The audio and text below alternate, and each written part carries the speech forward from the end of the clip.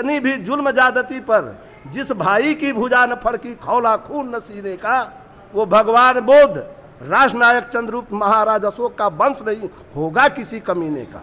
इस दिन राकेश कुमार मौर्य के वैचारिक क्रांति के लोग, बाबा साहब की क्रांति के लोग आएंगे, पूरे देश से इन पाखंडियों का, पूरे मंदिरों से सफाया कर देंगे। हाँ, एकदम हटा देंगे। पहली लाइन की अशोक का भारत बनेगा।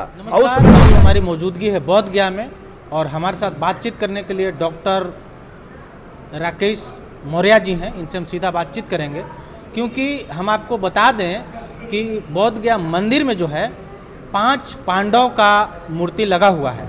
हम इसी विषय पे सर से बातचीत करेंगे कि आखिर इनका क्या कहना है। क्या कहिएगा सर, जिस प्रकार से बौद्ध मंदिर में हिंदूकरण करके और उसका इतिहास को गुम करने का प्रयास किया जा रहा है, उसके बारे में आप क्या कहेंगे? सच तो यह है कि मौर्यकालीन भारत, दादा चंद्रगुप्त ने जो अखंड भारत बनाया था, उनके ज़माने में एक राजदूत आया था, मेगास्थनीज, उनकी किताब का नाम है इंडिका। उसके जो उद्धरण मौजूद हैं, जिसे प्रोफेसर सानबैक बोर्न शहर जर्मनी निवासी ने 1846 में पूरा सारे उद्धरणों को मिलाकर एक किताब बनाया, वो भी नाम है किताब का इंडिका। पूरा इंडिका का एक एक लाइन मैं पढ़ गया हूँ।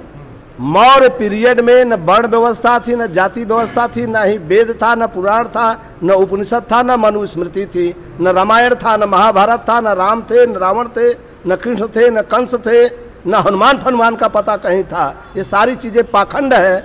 यह शंकराचार्य जिसने बोधि वृक्ष को कटवाया है, शशांक जो रहा है वो है, और उसने उसी समय से पिलरों को हटाकर अशोक के पिलर को ही शिवलिंग बना करके इस देश में महायानी शाखा के माध्यम से ये फ्रॉड किया है। अगर इस देश की सरकार में जरा भी भगवान बुद्ध और सम्राट अशोक के प्रति आस्था हो, तब तो निश्चित तौर से तुरंत हटवा देना चाहिए अंडो पांडव की मूर्ति। और नहीं हटाते हैं तो सम्राट अशोक भगवान बुद्ध और बाबा साहब के वंशजों को, फूले साहब के वंशजों को, पेरियार ललई के वंशजों को और उनके कौम वालों को, और रामस्वरूप वर्मा के कौम वालों को चाहिए, बिरसा मुंडा के कौम वालों को चाहिए कि इसी मंदिर को नहीं, भारत से इन पाखंडियों, कर्मकांडियों, शिखंडियों, पूंजीवादी, पुरोहितवादी, सामंतवादियों को तत्काल गांव से दिल्ली तक तख्ता पलट के हटा दे और तख्त पर कायम हो जाए। नीतीश कुमार बिहार के मुख्यमंत्री हैं, वो तो खुद दावा करते हैं कि हम बौद्धिस्ट माने बौद्ध धर्म को मानते हैं। वो हमेशा बोध गया में आते हैं, बुद्ध का दर्शन करते हैं। क्या उनको ये पता नहीं है कि वहाँ पे 5 पांडव है, लेकिन फिर भी उन्होंने हटाने के लिए कोई प्रयास नहीं किया? सच तो यह है कि भगवान बुद्ध को मानना और उनके विचारों को लागू करना दो बातें हैं। मानने के लिए तो घर में बैठे भी माना जा सकता है, लेकिन हमको नहीं लगता है कि मुख्यमंत्री जी के इतना कलेजे में दम ही नहीं है कि इन वर्ण व्यवस्था वालों को उलट करके तख्त सीने पर चढ़ जाएं। ये उन्हीं की मेहरबानी और भीख के सहारे जिंदा हैं, लालू प्रसाद जी के साथ दावपेच करते हैं। बाकी इनके पास उतना कलेजे में दम नहीं है कि एकदम सीधा सीधा ब्राह्मणवाद, पूंजीवाद, जिसके खिलाफ जगदेव बाबू ने संघ का ऐलान किया था कि भारत के 2 दुश्मन हैं, पूंजीवाद और ब्राह्मणवाद, और दोनों से भारत बर्बाद करना है। अगर आबाद तो इसके खिलाफ जंग लड़ना होगा, और जंग लड़ने की कुवत तो नीतीश जी में है ही नहीं। तो फिर ऐसे में क्या होगा? वो 5 पांडवों की मूर्ति आखिर तो उस बौद्ध मंदिर में रहेगा ही ना। फिर जिस दिन राकेश कुमार मौर्य के वैचारिक क्रांति के लोग, बाबा साहब की क्रांति के लोग आएंगे, पूरे देश से इन पाखंडियों का, पूरे मंदिरों से सफाया कर देंगे। हाँ, एकदम हटा देंगे। पहली लाइन की अशोक का भारत बनेगा। और उस समय तुम कहीं नहीं थे, न साहित्य में हो, न पुरातत्व में हो। जब दोनों जगह नहीं हो तो फिर काहे का जबरदस्ती बतिया रहे हो? क्या सोच रहे हो कि हम राम की मंदिर बनवा लिए वो बैठ जाएंगे? आने दो, समय आएगा। आज नहीं तो हजारों साल ये लंबी लड़ाई चलेगी, और उस लड़ाई में तुम्हें भारत छोड़कर भागना होगा, या तो सरेंडर होकर रहना होगा। 2 में से एक ही करना होगा। और बाबा साहब का संविधान हुबहू तुम्हें मानना होगा, उससे दाएं बाएं तुम्हें चलने की इजाजत नहीं दिया जाएगा। बीटीएमसी एक्ट के जरिए वो लोग इसमें भागीदार होकर के जो है कहीं न कहीं मनुवाद को थोपने का पूरा प्रयास कर रहा है। ये सच है कि 1933 में अनागारिक धम्मपाल की मृत्यु के बाद उनके शिष्य राम सिंह ने मूवमेंट को तो बढ़ाया, लेकिन जब गवर्नमेंट 15 अगस्त 47 को चेंज हुई तो 1949 में डॉक्टर राजेंद्र प्रसाद नेहरू जी के ब्राह्मणवाद कि कलाबाजी करते हुए यहाँ तक ले आए और समझौता करा दिए। तो यह समझौता तो अन्य धर्मावलंबियों पर करा के देखें। जब हमको हिंदू कहते हैं, हमारे लोगों को हिंदू कहते हैं, तो शंकराचार्य की चारों गद्दी में दो न चारों गद्दी, चारों गद्दी दो, बहुत दिन बैठे रहे। महामंडलेश्वर की गद्दी दे दो, वहाँ हम बैठना चाहते हैं।